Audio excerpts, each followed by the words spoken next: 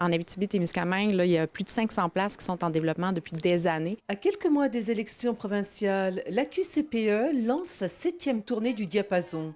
Un diagnostic terrain pour faire de la petite enfance une priorité nationale. Si on se fie aux statistiques du ministère de la Famille, on est à près de 900, près de 1000 places qui seraient manquantes dans le réseau. Il y a environ 500 places qui sont en développement, donc on aura encore un solde de 400 places manquantes.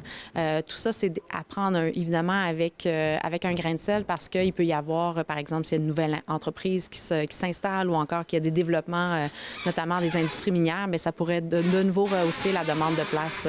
La tournée était de passage ce vendredi au CPE La Magie du Rêve à Val-d'Or, qui fête cette année son 50e anniversaire avec la construction de nouvelles structures d'accueil.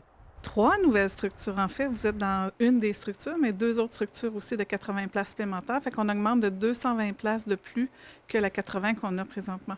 Les listes d'attente sont encore très lourdes.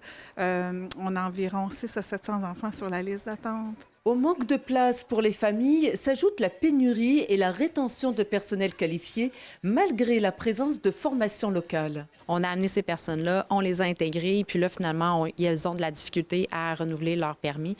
On a des espoirs là, avec la nouvelle première ministre, Mme Fréchette, donc qui veut remettre en place le PEQ. On est allé chercher des gens à l'international, qu'on a offert des postes ici.